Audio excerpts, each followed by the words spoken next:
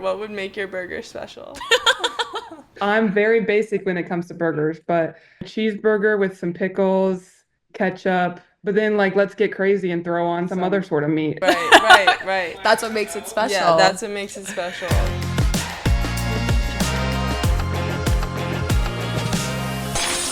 Welcome to episode 3 of the Cinderella Report. I'm Anna. I'm Mackenzie. We're super excited today. We have our first guest coming on. We have Emily Londot, who was my teammate at Ohio State. She was our MVP, 4-time first team All Big Ten, 2020 National Freshman of the Year. And then she was recently drafted in the 2024 draft to the Omaha Supernovas, 10th overall. Her team is breaking attendance records left and right. It's really crazy to read up on. I think they broke some WNBA attendance records. Right. I'm really excited to talk to her about like what it's like to play for a team like that. It's gonna be so interesting. Overarching theme of today is what celebrities, former athletes, and people that are placing their bets and investing money and time into the spread and evolution of these new teams and leagues. Yeah, there's so much room for growth, and I think that celebrities and brands are seeing that and seeing that investing in women is making them a profit. Yeah. Obviously, it looks good for them, like equality, but it's also like there is money to be made in investing in these women's sports, and we're watching like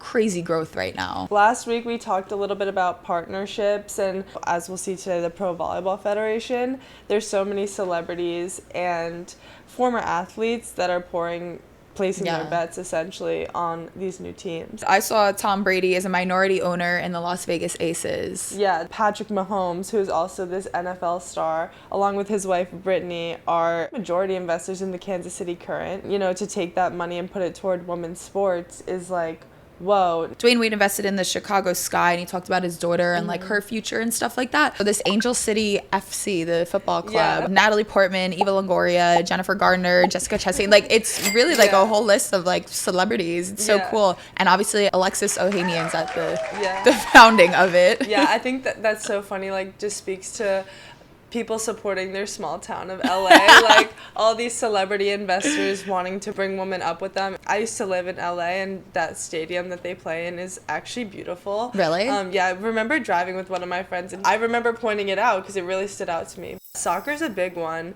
I saw Angel Reese also invested in the DC Power. Yeah. It's just cool to see active female athletes using the money that they're making now and putting it back into the sport simultaneously. These majority ownership groups that are expanding the WNBA, they're starting these new teams in the late 2028, I think, and then as late as 2030, we're going to see teams in Detroit, Philly, and Cleveland. Yeah. Which is so cool because these are cities that already have great men's teams, bringing women's sports to already big sports cities. There's so much room for growth, and now we see it like WNBA obviously, but then you look at these volleyball leagues, which I personally really had no idea like how big the sport of volleyball is, especially for women. And we talked about how I think it's like the fastest growing women's sport right now, which I would have no idea besides like doing the research for this episode. But that includes like Kevin Durant, Billie Jean King, Lindsey Vonn, Jason Tatum, which are all like big names too. So I again, like women's volleyball, like I just didn't know it was growing that rapidly where like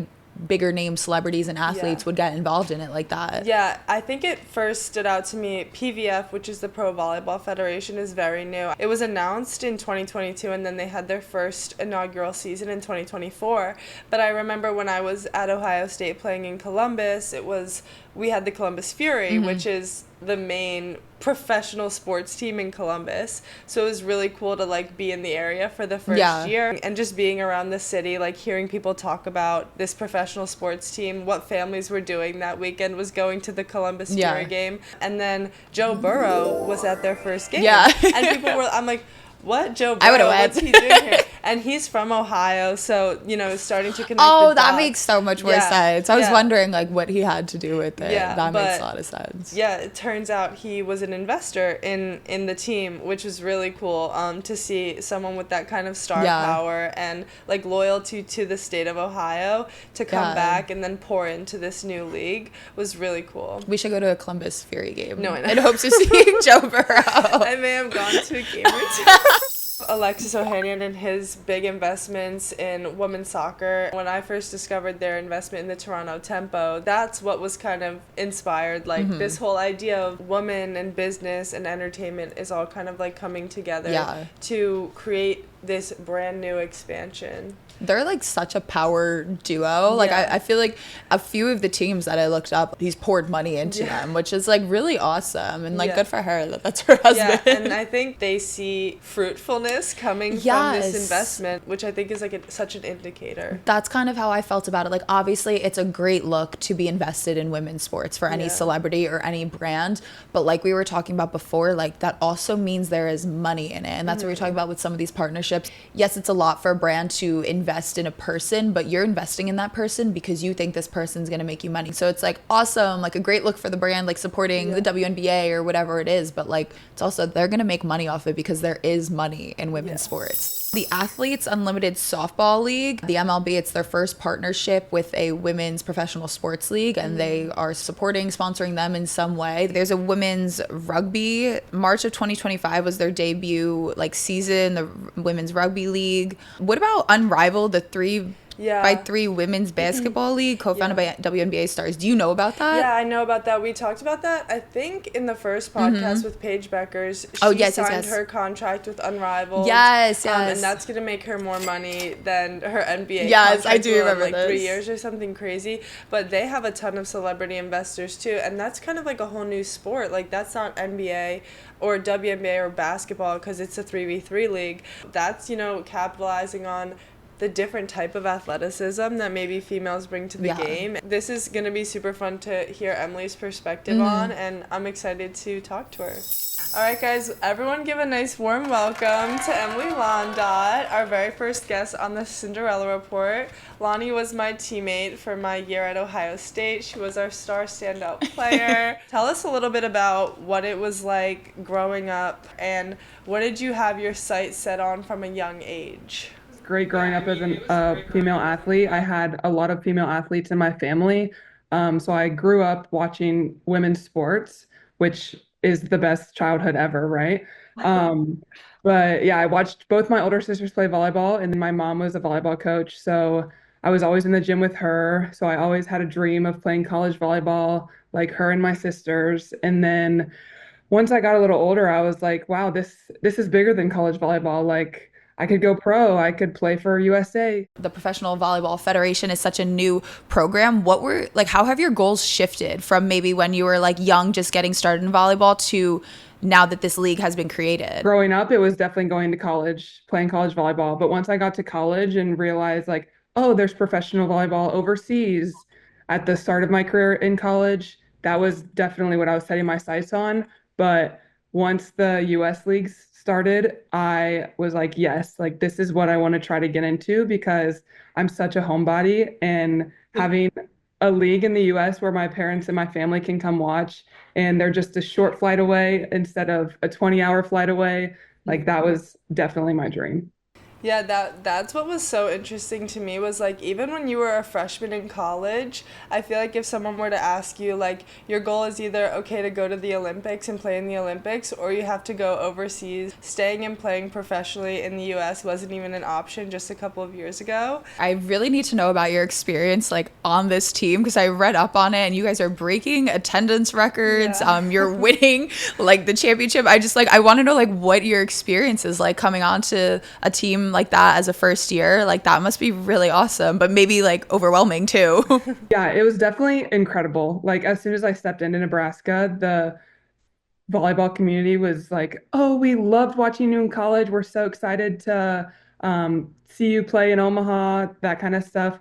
And it was definitely overwhelming playing in front of 13,000 people. Like, I cannot imagine that. my first professional game playing in front of over 10,000 people was just crazy, but I have to go back and remember that right here, right now is all that matters. Why do you think maybe your team in specific is like gaining all of these followers and like this crazy audience? They like live, breathe, eat volleyball. Like no matter the day of the week or time, there was people there cheering us on. Have you felt supported by brands and donors and investors? In Omaha, we definitely had a lot of sponsors. At the beginning of the year, a bunch of a bunch of them came in and talked to us as a team just to like let us know what was going to be available for us. Like the local businesses that were supporting us were really nice, and having those workers come in and talk to us just added that level of connection and like community. Because there is such a large following with your team especially, do you think the league will gain more traction? Where do you see that going? Where do you see like brands and partnerships fitting into that, if anywhere? Those partners can build their brands by using us because we're so active in on social media. When we're on the court, like people notice us, so those moments could be really beneficial for sponsors and businesses around. Do you have like a dream partnership or like a brand deal? Like personally, I have a small partnership with Nike, but maybe get up to the level of like bringing my own shoe out. Yes. I don't know if I'll get there, but that would be awesome. What would your dream kind of collab be? I would do Dunkin', I would do Starbucks. Yeah, those drinks or like a burger at McDonald's? Shout out McDonald's. McDonald's, do a Londot burger. So we were doing our research and we saw Jason Derulo is invested in the Supernovas. Have you met him? Like, do you ever hear about him? very first night I got there, the whole team was like on a FaceTime call with him. Our owner is really close with him, so he was literally just on a FaceTime call. He was at a concert or something, and so I kind of met him. I was in the back waving at him. But yeah, that's as close as I got. What's your take on like celebrity investments and current athletes, former athletes pouring into like these leagues? There's not a downside, right? It could only be good. The people out there who don't know about volleyball could maybe learn about volleyball through these like people. And so if Joe Burrow's out there posting about volleyball, then the football people who watch him could be like, oh, that's cool, and start watching volleyball. And all it takes is 5 minutes of watching volleyball to realize you love to watch volleyball. Yeah. I mean, we talked about that just having you on as a guest. Like, I don't know anything about like the volleyball world at all. I did not play volleyball, but it's so interesting to me. Like, I would have no idea that it's one of the fastest, if not the fastest, professional sport growing for women. So I was so excited that you were on here, like giving us the like space to talk about this. If you were playing volleyball, what would you be doing? I would be coaching volleyball. What is your go-to post-game meal? Chipotle. Last show you binge watched? The Rookie. Really? Was that your show? Yeah.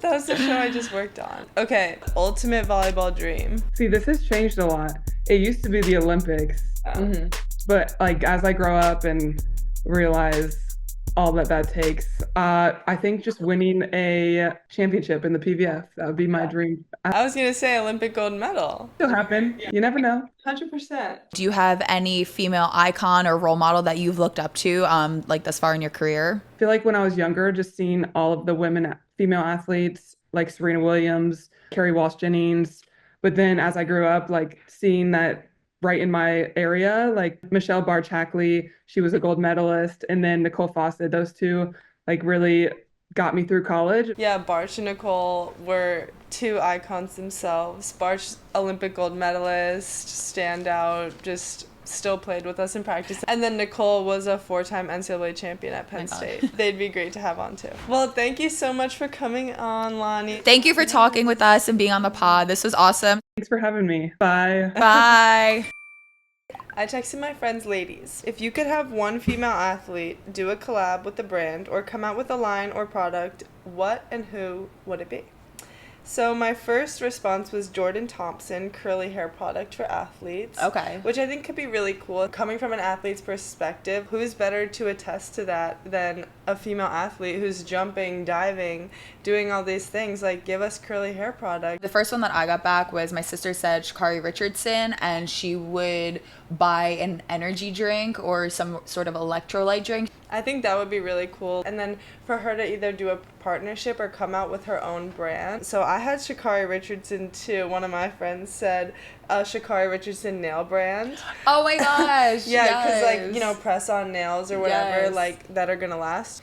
Like, she's literally gripping the track with these nails, but they're such a part of her brand. Another one of my friends also said Sha'Carri Richardson doing a waterproof makeup Yeah. like collab. Like, she's always done and still a phenomenal athlete. Like, what is she doing? Like, we want to know, because she always looks good doing it. Exactly. Yeah. And then on and off the court too, like, I think especially with the WNBA, we see like the walk-ins. So like Caitlin Clark x Prada, like, design your walkout wardrobe. I think that could be so cool. That would be so cool. Another one of my friends said Suni Lee could definitely launch a clean beauty line. And I think she already does makeup routines like on her socials, and she's partnered with Tatcha, which is a makeup brand. So I think she could like honestly succeed at coming out with her own like clean makeup line. Yeah, so many of the athletes, I think especially in our generation, like Suni Lee, Coco Gauff, like Livy Dunn, these big athletes are also influencers themselves. Yeah. What kind of personal brand are they presenting? Like, are they a makeup girl? Do they have great fashion? And then how can they play into that in doing these new deals and new ventures? One of my friends said Alona Mar with her own lipstick. Oh, so yeah. we see like Rare Beauty and Haas Labs and Kylie Cosmetics. Someone not just doing a collaboration, but creating their own product is cool. Another friend, they're both like soccer girls. She said Sydney LaRue, she's a fantastic soccer player, and she would buy some sort of recovery tool or like a recovery snack from her, which I thought was a cool idea. Yeah, recovery is a big thing now. I know like LeBron James and they're all about their recovery routines. Going beyond the sneaker is such a concept. Collaborations and partnerships that go beyond the court, but speak to who they are off the court too. Yeah, no, I really love your idea of a walkout line. Today was an awesome episode. Yeah. I had a lot of fun. Having Emily on really added to the perspective that we wanted to hear from when it comes to this expansion of women's professional leagues and professional sports, and it was super cool to hear just her experience so far. You don't like meet people every day who get to like stand in front of tens of thousands of people and like do something they love to do. Like, that's really awesome. And I think it's important just to understand the role like celebrities and brands do play in advancing women in sport. Putting it in the group chat always results in some cool, unique ideas. Going beyond the sneaker. Yeah, that should be the name of this episode. Beyond the sneaker. But yeah, guys, make sure you like, subscribe, comment. Yes, share. Send to your friends. Put that in the group chat. Put this in your group chat. Drop a comment, share it, and we'll see you next time. Bye, guys.